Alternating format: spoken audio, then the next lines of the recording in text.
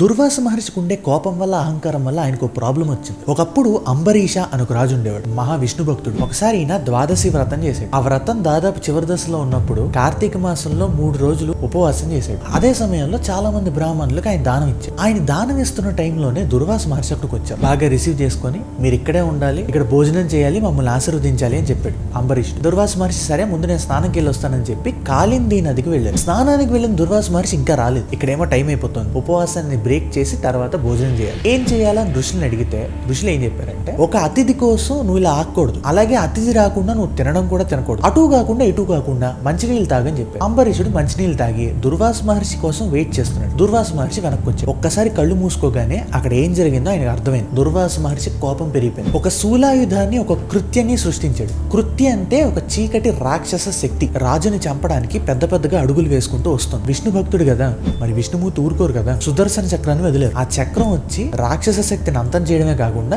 దుర్వాస మహర్షి వెంటబడింది. దుర్వాస మహర్షి ఎక్కడికి వెళ్తే అక్కడికి వస్తుంది. నీటిలోకి వెళ్తే నీటిలో, గుహలోకి దూరితే గుహలోకి, ఎక్కడ పడితే అక్కడికి వచ్చేస్తోందని కాపాడమని బ్రహ్మలోకంకి వెళ్ళాడు. బ్రహ్మదేవుడు సుదర్శన చక్రాన్ని నేను అడ్డుకోలేను, నా వల్ల కాదు, నేను చెయ్యను అన్నాడు. అక్కడి నుంచి కైలాసం వెళ్ళాడు. శివుడు కూడా నేను చెయ్యను, నా వల్ల కాదు, వెళ్ళి విష్ణువునే అడుగన్నాడు. విష్ణుమూర్తి దగ్గరికి వెళ్తే నా భక్తులు ఏం చెప్తే నేను అదే చేస్తాను, వాళ్ళ మాట నా మాట, వెళ్ళి అంబరీషుడు కాళ్ళు పట్టుకో అన్నాడు. అప్పుడు దుర్వాస మహర్షి అంబరీష రాజు దగ్గరికి వచ్చి కాళ్ళ మీద పడి నన్ను క్షమించు అని కోరగానే అలా ఒక ఋషి కాళ్ళ మీద పడడం అంబరీషుడికి చాలా బాధగా అనిపించి ఆ సుదర్శన చక్రాన్ని స్తుతించాడు. అప్పుడు ఆ చక్రం వెనక్కి వెళ్ళిపోయింది, ఏమీ చేయకుండా.